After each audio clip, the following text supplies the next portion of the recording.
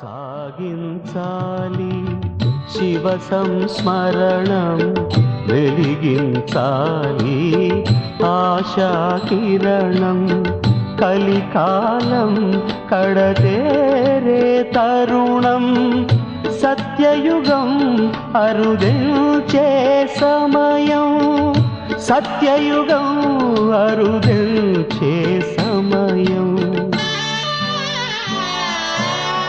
సాగించాలి శివ సంస్మరణం వెలిగించాలి ఆశా కిరణం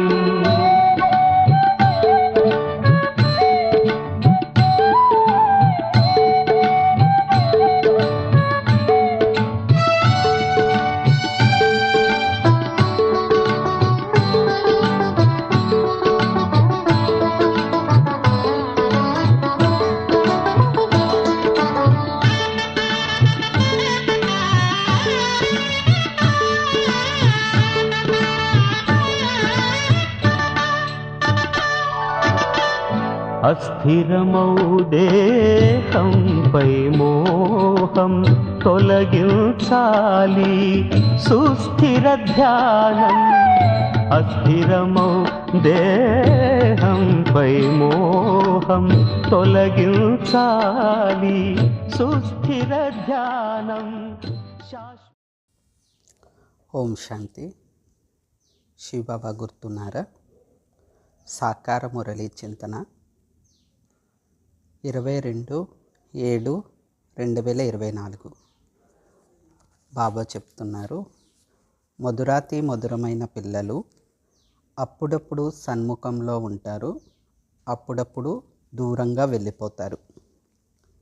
ఎవరైతే స్మృతి చేస్తారో వారు ఎల్లప్పుడూ సన్ముఖంలో ఉంటారు. ఎందుకంటే స్మృతి యాత్రలోనే అంతా ఇమిడి ఉంది అని బాబా చెప్తున్నారు. బాబా అంటున్నారు, దృష్టి ద్వారా తృప్తి అని గాయనం ఉంది కదా. ఆత్మదృష్టి పరంపిత పరమాత్మ వైపు వెళ్తుంది, ఆత్మకు ఇంకేదీ నచ్చదు అని బాబా చెప్తున్నారు. పని చేస్తూ తండ్రిని స్మృతి చేయటం ఉన్నతాతి ఉన్నతమైన గమ్యము. దీనిని చాలా బాగా అభ్యాసం చెయ్యాలి, లేకపోతే తప్పు పనులు చేసి తండ్రిని నిందించిన వారిగా అవుతారు అని బాబా అంటున్నారు. అందుకే ఎవరైనా కోపంలోకి వచ్చి పరస్పరం పోట్లాడుకుంటూ ఉంటే అది కూడా నిందింప చేసినట్లే అవుతుంది. ఇందులో చాలా జాగ్రత్తగా ఉండాలి. మీ గృహస్థ వ్యవహారంలో ఉంటున్న బుద్ధిని మాత్రం తండ్రితో ఎల్లప్పుడూ జోడించి ఉంచాలి అని బాబా అంటున్నారు. బాబా చెప్తున్నారు, తండ్రి స్మృతి ద్వారా మీరు చాలా శీతలముగా అవుతారు. పంచవికారాల విషయాలన్నీ తొలగిపోతాయి. తండ్రి ద్వారా చాలా శక్తి లభిస్తుంది. పనిపాటలు కూడా చేసుకోవాలి, కర్మలు చెయ్యకండి అని తండ్రి చెప్పరు. బాబా అంటున్నారు, ఇక్కడ మీరు తీసుకునే శిక్షణయే అక్కడికి అనగా సత్యుగంలో మీ తోడుగా సంస్కార రూపంలో వస్తుంది.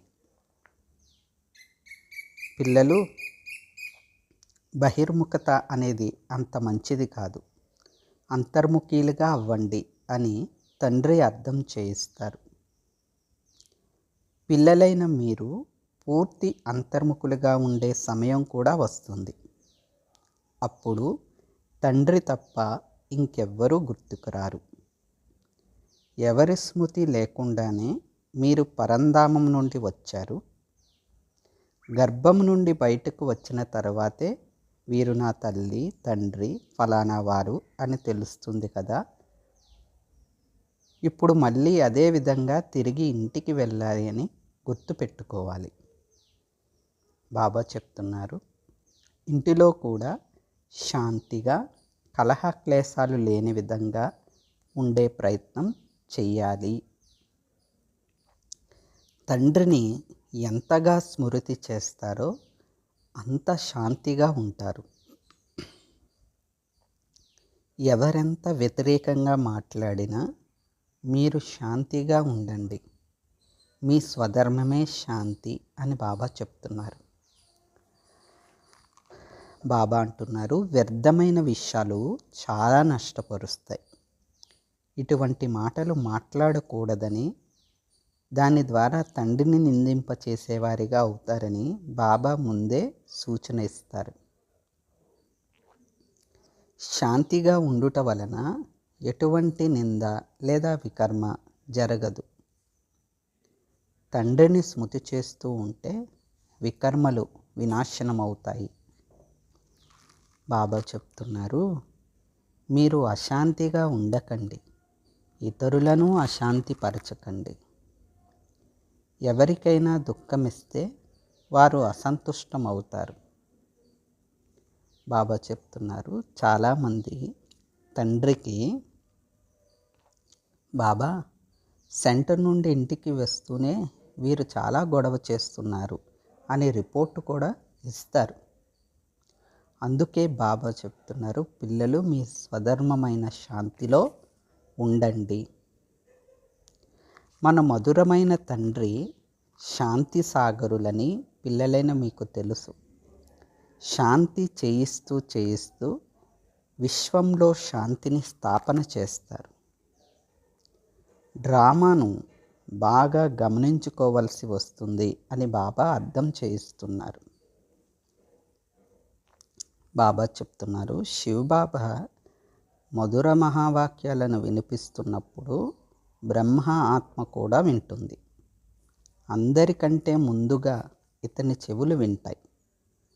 ఇతని చెవులు నోటికి దగ్గరగా ఉన్నాయి కదా, మీ చెవులు కాస్త దూరంగా ఉన్నాయి కనుక ఇతను వెంటనే వినగలుగుతారు. బాబా చెప్తున్నారు, ఆత్మలందరూ తమో ప్రధానమైనప్పటికీ తండ్రి ప్రేమ అందరిపై ఉంటుంది. ఈ భారతదేశం ఎంతో ప్రసిద్ధి చెందింది. ఇతర ఖండాలలో ఇన్ని వజ్రవైడూర్యాలు ఉండవు. నేను మార్గదర్శకుడుగా వచ్చి అందరినీ తిరిగి ఇంటికి తీసుకువెళ్తానని బాబా చెప్తున్నారు. బాబా అంటున్నారు, భగవంతుడు లభించిన తరువాత ఇక వెతికే అవసరం లేదని ఇప్పుడు మీరు అర్థం చేసుకున్నారు. బాబా చెప్తున్నారు, రావణుని జయించేందుకు శివబాబా ద్వారా శక్తిని తీసుకుంటున్నామని మీకు తెలుసు. కేవలం మురళి చదివి వినిపించాలి. అయినా సరే బ్రాహ్మణి కావాలని, బ్రాహ్మణి లేకుండా ధారణ జరగదు అని అంటారు. బాబా అంటారు, అరే సత్యనారాయణ కథను చిన్నపిల్లలు కూడా గుర్తుంచుకుని వినిపిస్తారు కదా. ఈ జ్ఞానం అయితే 7 రోజులలో బుద్ధిలో కూర్చుండిపోవాలి. నేను మీకు ప్రతిరోజు కేవలం తండ్రిని స్మృతి చేయండి అని అర్థం చేయిస్తున్నాను, కానీ పిల్లలు మర్చిపోతారు. బాబా ఆశ్చర్యపడతారు. అచ్చా, ఇప్పుడు మనం కొంత సమయం బాబాను పరంధామంలో స్మృతి చేద్దాము. తరువాత మురళీ చింతన కంటిన్యూ చేద్దాము.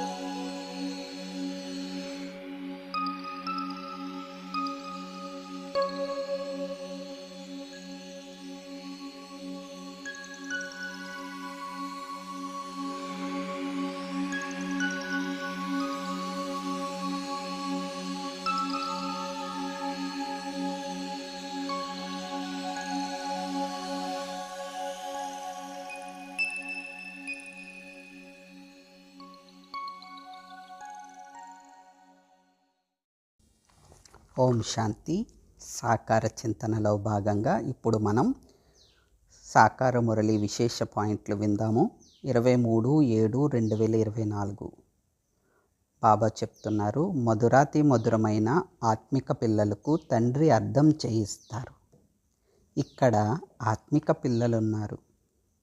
ఈ ప్రపంచంలో పేదలకు ఎన్ని దుఃఖాలున్నాయి. వరదలు మొదలైనవి వస్తే దుఃఖం కలుగుతుంది కదా. బాబా చెప్తున్నారు, పిల్లలు నేను చెప్పే మహావాక్యాలలో కొన్ని ముఖ్యమైన విషయాలను రాసుకోండి. స్వర్గంలో దుఃఖం అనే మాటే ఉండదు. ఇప్పుడైతే మృత్యువు ఎదురుగా ఉందని తండ్రి అర్థం చేస్తున్నారు. ఆ గీత అధ్యాయమే ఇప్పుడు జరుగుతూ ఉంది అని తండ్రి తెలియచేస్తున్నారు. బాబా అంటున్నారు, ఎవరైతే బాబాను నిరంతరం స్మృతి చేస్తారో వారే ఉన్నత పదవిని పొందుతారు. అందుకోసం బాబా రకరకాల యుక్తులను ప్రతిరోజు మురళిలో వినిపిస్తూ ఉంటారు. పిల్లలు స్మృతి చేసే వేగాన్ని పెంచండి అని బాబా సూచన ఇస్తున్నారు. త్వరగా వినాశనం అవడం అనేది మన చేతిలో లేదు. ఇది డ్రామాలో నిర్ణయించబడి ఉంది. మొత్తం మహిమదంతా డ్రామాదే అని బాబా చెప్తున్నారు. బాబా అంటున్నారు, సత్యుగంలో పలానా ఉంటాయని ఆలోచిస్తూ ఉండాలి. సత్యుగాన్ని కూడా గుర్తుకు చేసుకుంటూ ఉండాలి అని బాబా అర్థం చేయిస్తున్నారు. బాబా చెప్తున్నారు, విదేశాలలో ఏవైతే ఆవిష్కరించబడుతుంటాయో అవి ఇక్కడికి వస్తాయి. సత్యుగం పేరే స్వర్గం. దాన్ని ప్యారడైజ్ అని అంటారు. అక్కడ అన్నీ సతోప్రధానంగా ఉంటాయి అని బాబా చెప్తున్నారు. తండ్రి కూర్చుని కొత్త విషయాలను అర్థం చేస్తూ ప్రతిరోజు ఎంతో గుహ్యమైన విషయాలను వినిపిస్తానని తండ్రి చెప్తున్నారు. బాబా అంటున్నారు, చాలా దుఃఖాలను చూసిన తర్వాత మానవులు దీనికన్నా మోక్షం పొందడం మంచిదని భావిస్తారు. బాబా చెప్తున్నారు, ఇది ఎంత పెద్ద విశాలమైన డ్రామా. ఈ మొత్తం డ్రామానంతటిని ఎప్పుడూ ఎవ్వరూ చూడలేరు కూడా. ఇది అసాధ్యం. దివ్య దృష్టి ద్వారా కూడా మంచి వస్తువులనే చూడడం జరుగుతుంది. బాబా చెప్తున్నారు, కల్పకృతం వలె పిల్లలు పురుషార్థం చేస్తూ ఉన్నారు. ఇది డ్రామాలో నిర్ణయింపబడి ఉంది.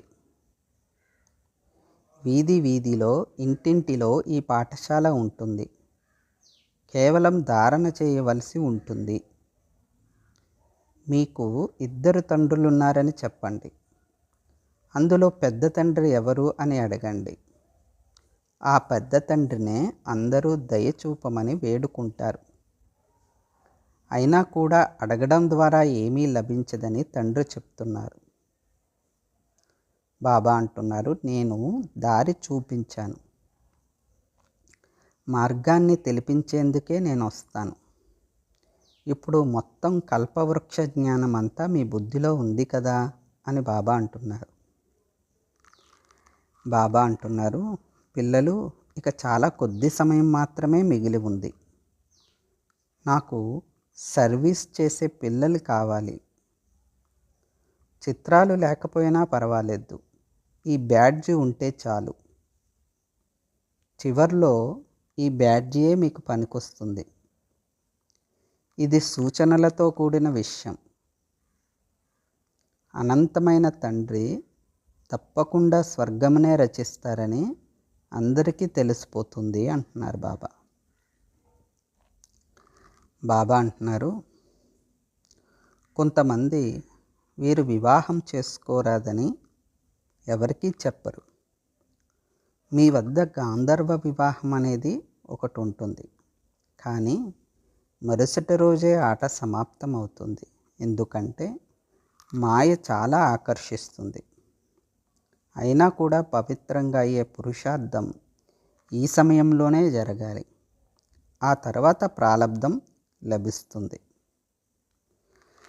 బాబా చెప్తున్నారు, శివబాబా మిమ్మల్ని శుద్ధంగా తయారు చేస్తారు. ఇది కూడా గుర్తుపెట్టుకోండి. ప్రతి ఇంటిలో క్లాస్ చేస్తూ ఉంటే అందరూ అర్థం చేయించేవారిగా అవుతారు. ప్రతి ఇంటిని గీతా పాఠశాలగా చేసి ఇంటిలోని వారిని సరిదిద్దండి అని బాబా చెప్తున్నారు. బాబా అంటున్నారు, తండ్రి ఈ రథం ద్వారా మనకు అర్థం చేయిస్తున్నారు. ఈ దాదా కూడా విద్యార్థియే, దేహదారులందరూ విద్యార్థులే. ఒక్క చదివించే టీచర్ శివబాబా మాత్రం విదేహి. వారు మిమ్మల్ని కూడా విదేహిలుగా తయారు చేస్తున్నారు. అందువలన శరీర భావమును వదిలిపెట్టండి అని తండ్రి చెప్తున్నారు. బాబా అంటున్నారు, అటమిక్ బాంబులతో అటువైపు చాలా వినాశనం అవుతుందని మీకు తెలుసు. ఇక్కడైతే రక్తపు నదులు ప్రవహిస్తాయి. దీనికి ఇంకా సమయం పడుతుంది. కానీ ఆ సమయంలో మృత్యువు భయంకరంగా ఉంటుంది. ప్రపంచ పటంలో చూస్తే హిందుస్థాన్ అనేది ఒక మూల వలె ఉంటుంది. కానీ డ్రామానుసారంగా ఇక్కడ ఆటమిక్ బాంబుల ప్రభావం ఉండదు. చివర్లో అంతా స్పష్టమవుతుంది. బాబా చెప్తున్నారు, భారతదేశం ఎప్పటికీ వినాశనం అవ్వదు, కొంతైనా మిగిలి ఉంటుంది. ప్రళయం ఎప్పటికీ జరగదు అని బాబా అర్థం చేయిస్తున్నారు. బాబా అంటున్నారు, రోజు రోజుకు మీ బుద్ధి విశాలమవుతూ ఉంటుంది. మీపై చాలా గౌరవం ఉంటుంది. ఎంతోమంది వెళ్ళిపోయారు, ఇంకా ఎంతోమంది వెళ్ళిపోనన్నారు. ఈ పరిస్థితిలో శరీరం వదిలితే తాము ఎటువంటి గతిని పొందుతారో, ఏమవుతుందో ఎవరికి వారికే అర్థమవుతుంది. ఇది అర్థం చేసుకోవలసిన విషయము అని బాబా అంటున్నారు. బాబా చెప్తున్నారు, ఈ అపారమైన దుఃఖాలను తండ్రి తప్ప మరెవ్వరూ దూరం చేయలేరు. ఎటువంటి అశాంతి, అశుద్ధత ఉండరాదు. అశాంతిని వ్యాపింపచేసేవారు దేహాభిమానంలో ఉంటారు. అటువంటి వారి నుండి దూరంగా ఉండండి. అలాంటి వారిని తాకను కూడా తాకరాదు అని బాబా చెప్తున్నారు. అచ్చా, ఇప్పుడు కొంత సమయం బాబాను ప్రేమగా స్మృతి చేద్దాము. మరలా సాకార చింతన కంటిన్యూ చేద్దాం. ఓం శాంతి.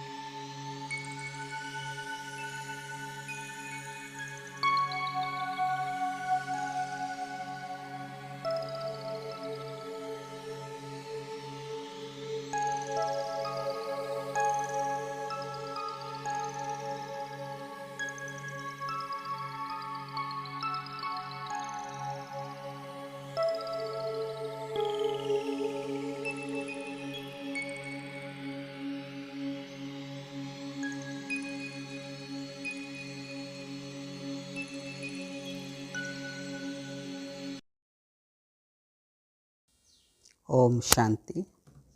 సాకార చింతనలో భాగంగా 24/7/2024 సాకార మురళి విశేష పాయింట్లను ఇప్పుడు విందాము. బాబా చెప్తున్నారు, పిల్లలు తమ తండ్రి స్మృతిలో శాంతిధామం, సుఖధామం స్మృతిలో కూర్చోవాలి. ఇది తండ్రి పిల్లల మధురమైన సంబంధం. ఇంతటి మధురమైన సంబంధం మరే తండ్రికి ఉండదు. మొదటి సంబంధం తండ్రితో, తర్వాత టీచరు, ఆ తర్వాత గురువుతో ఉంటుంది. ఇక్కడైతే ఈ ముగ్గురు ఒక్కరే.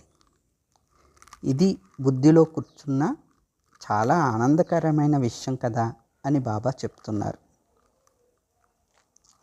పిల్లలు, ఈ దుఃఖధామాన్ని మర్చిపోండి. నడవండి, తిరగండి, కానీ బుద్ధిలో ఇదే స్మృతి ఉండాలి. మధువనంలో ఉన్నప్పుడు ఎలాంటి చిక్కు పనులు, వ్యాపారాలు ఉండవు కదా. తండ్రి స్మృతిలో కూర్చుని ఉండండి. తండ్రిని స్మృతి చేయడం ద్వారా సుఖధామం, శాంతిధామం రెండు వారసత్వాలు గుర్తుకు వస్తాయి. అవి ఇచ్చేవారు ఒక్క తండ్రియే కదా. అటువంటి తండ్రిని స్మృతి చేయడం ద్వారా ఖుషీ పాదరస మీటర్ అనగా సంతోషం పైకి ఎక్కిపోవాలి. బాబా చెప్తున్నారు, పిల్లలైన మీరు తండ్రిని చాలా కాలం నుండి ఆహ్వానించారు. ఇప్పుడు మళ్ళీ తండ్రిని రిసీవ్ చేసుకున్నారు. మిమ్మల్ని పుష్పాలుగా చేసి మళ్ళీ శాంతిధామంలో రిసీవ్ చేసుకుంటానని తండ్రి చెప్తున్నారు. బాబా చెప్తున్నారు, వివరంగా అర్థం చేయించిన మళ్ళీ చివరికి తండ్రి తప్ప మరెవ్వరిని స్మృతి చేయకండి అని చెప్తారు. ఇదొక్క విషయమే ముఖ్యమైనది. బాబా అంటారు, నిశ్చయ బుద్ధి విజయంతి. కల్పకల్పము మీరు రావణుని పైన విజయం పొందుతారు. ఇప్పుడు ఉన్నతి పదవి పొందేందుకు పురుషార్థం చేయాలి. విజయీమాలలోకి రావాలి. ఈ విజయీమాల పెద్దదిగా ఉంది. రాజులుగా అయితే అన్నీ లభిస్తాయి. దాసదాసీలందరూ నెంబర్ వారుగా తయారవుతారు. అందరూ ఒకే విధంగా ఉండరు అని బాబా అంటున్నారు. కొంతమంది దాసదాసీలు చాలా సమీపంగా ఉంటారు. రాజు రాణులు భుజించే ఆహారము బండారంలో తయారైన ఆహారము దాసదాసీలకు కూడా లభిస్తుంది. దానినే 36 రకాల భోజనం అని కూడా అంటారు. కానీ రాజులను పతులు అని అంటారు. ప్రజలను అలా అనరు కదా. బాబా చెప్తున్నారు, ఇప్పుడు ఎంతగా స్మృతి చేస్తారో అంతగా ముందు సూర్యవంశంలోకి వస్తారు. కొత్త ప్రపంచంలోకి రావాలి కదా అని బాబా అంటున్నారు. అందరికంటే మీరే ఎక్కువగా భక్తి కూడా చేశారు. ఇప్పుడు మీరు వచ్చి తండ్రిని కలుసుకున్నారు. పిల్లల్లారా, పిల్లల్లారా అని తండ్రి పిలుస్తూ ఉంటారు. తండ్రి పిల్లలపై బలిహారం అవుతారు. వారసులైనప్పుడు తప్పకుండా బలిహారి అవ్వవలసి ఉంటుంది కదా. బాబా చెప్తున్నారు, మీరు ఒక్కసారి బలిహారం అయితే బాబా 21 సార్లు బలిహారం అవుతారు. తండ్రి పిల్లలకు స్మృతి కూడా కలిగిస్తారు. తండ్రి చెప్తున్నారు, మధురమైన పిల్లలారా, విశ్వరాజ్య పదవి మన ఆస్తి. మీరిప్పుడు ఎంత పురుషార్థం చేస్తే అంత అని అంటున్నారు. ఇప్పుడు మిమ్మల్ని మీరు ఆత్మగా భావించి తండ్రినైన నన్ను స్మృతి చేస్తే పాపాలు సమాప్తమవుతాయి. ఉన్నవి 2 అగ్నులు. ఒకటి కామాగ్ని, రెండవది యోగాగ్ని. కామాగ్ని ద్వారా నల్లగా అయిపోయారు, పూర్తిగా బూడిదైపోయారు. ఇప్పుడు నేను వచ్చి మిమ్మల్ని మేల్కొలుపుతాను. యోగాగ్ని ద్వారా స్వచ్ఛంగా పవిత్రంగా తయారవుతారు అని బాబా చెప్తున్నారు. తండ్రి అర్థం చేయిస్తున్నారు. విశ్వంలో స్వర్గం ఉన్నప్పుడు శాంతి ఉండేది. దాన్నే ప్యారడైజ్ అని కూడా అంటారు. తండ్రి చెప్తున్నారు, నన్ను స్మృతి చేస్తే శాంతిధామం సుఖధామాల వారసత్వం లభిస్తుంది అని మీ వద్దకు ఎవరు వచ్చినా చెప్పండి. పూర్తిగా అర్థం చేసుకోవాలంటే కూర్చుని అర్థం చేసుకోండి. మా వద్ద ఇక వేరే విషయాలు ఏమీ లేవు అని వారికి అర్థం చేయించండి. తండ్రిని స్మృతి చేస్తే పాపాలు నాశనమై మళ్ళీ పవిత్రంగా అయ్యి శాంతిధామానికి వెళ్ళిపోతారు. ఇక సూక్ష్మవతనంలో ఏమీ లేదు. అవన్నీ సాక్షాత్కారాల విషయాలు. ఫరిస్తాలుగా అవ్వాల్సి ఉంటుంది, అది కూడా ఇక్కడే అవ్వాల్సి ఉంటుంది అని బాబా అంటున్నారు. ఏదైనా సంశయం ఉంటే, అర్థం కాకపోతే ఎవరినైనా అడిగి తెలుసుకోవచ్చు అని బాబా అంటున్నారు. ఈ దేవీ దేవతా ధర్మం చాలా సుఖమునిచ్చే ధర్మం. మీరు ఇలాంటి పుష్పాలుగా తయారవ్వాలని బాబా కూడా గులాబీ పుష్పాన్ని తీసుకొస్తారు. స్వయంగా వారే వచ్చి పూల తోటను తయారు చేస్తారు. మరలా ముల్లాడవిగా చేసేందుకు రావణుడు వస్తాడు. ఎంత స్పష్టంగా ఉంది. ఇదంతా స్మరణ చేస్తూ ఉండాలి. బాబా చెప్తున్నారు, శ్రీకృష్ణుడు అందరికంటే ప్రియమైన వాడు. మొట్టమొదటి జన్మ అతడిదే కదా అని అంటున్నారు బాబా. ఈ బాబా మంచి వ్యాపారి కూడా. ఎవరో అరుదుగా ఇటువంటి వ్యాపారాన్ని చేస్తారు. హోల్సేల్ వ్యాపారిగా ఏ ఒక్కరూ కష్టంగా అవుతారు. మీరందరూ హోల్సేల్ వ్యాపారులు కదా అని బాబా అంటున్నారు. బాబా చెప్తున్నారు, లౌకిక ప్రపంచంలో కూడా తండ్రి వృద్ధుడైనప్పుడు కొంతమంది పిల్లలు చివరి వరకు కూడా సహాయకులుగా ఉంటారు. కొందరైతే ఆస్తి లభించిన వెంటనే తీసుకెళ్ళి సమాప్తం చేసేస్తారు. ఈ బ్రహ్మబాబా అన్ని విషయాల్లో అనుభవం గలవారు. అందుకే తండ్రి కూడా ఇతడిని తన రథంగా చేసుకున్నారు. ఈ బ్రహ్మకు పేదరికం గురించి తెలుసు, ధనవంతుల గురించి కూడా తెలుసు. డ్రామానుసారం ఈ ఒక్క రథమే ఫిక్స్ అయి ఉంది.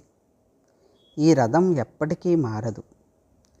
ఇది తయారు చేయబడిన డ్రామా. ఇందులో ఎప్పటికీ మార్పు ఉండదు అని బాబా అంటున్నారు. ఈ విషయాలన్నీ హోల్సేల్గా, రిటైల్గా అర్థం చేయించి చివరికి మన్మనాభవ మధ్యాజీభవ అని చెప్పేస్తారు. ఈ మన్మనాభవలో అన్నీ వచ్చేస్తాయి. ఇది చాలా గొప్ప ఖజానా. దీని వలన జోలి నిండుతుంది. బాబా చెప్పే ఒక్కొక్క అవినాశి జ్ఞానరత్నం యొక్క విలువ ఒక్కొక్క 1,00,000 రూపాయలతో సమానం. మీరు ఎంతటి పదమాపదం భాగ్యశాలురుగా అయిపోతున్నారు. ఇంత చిన్న ఆత్మలో పాత్ర అంతా నిండి ఉంది. ఈ అవినాశి డ్రామా ఎప్పటికీ నాశనం చెందదు అని బాబా చెప్తున్నారు. ఇప్పుడు బాబాను ప్రీతిగా స్మృతి చేద్దాము. అచ్చా, ఓం శాంతి. సాగించాలి శివ సంస్మరణం, వెలిగించాలి ఆశాకి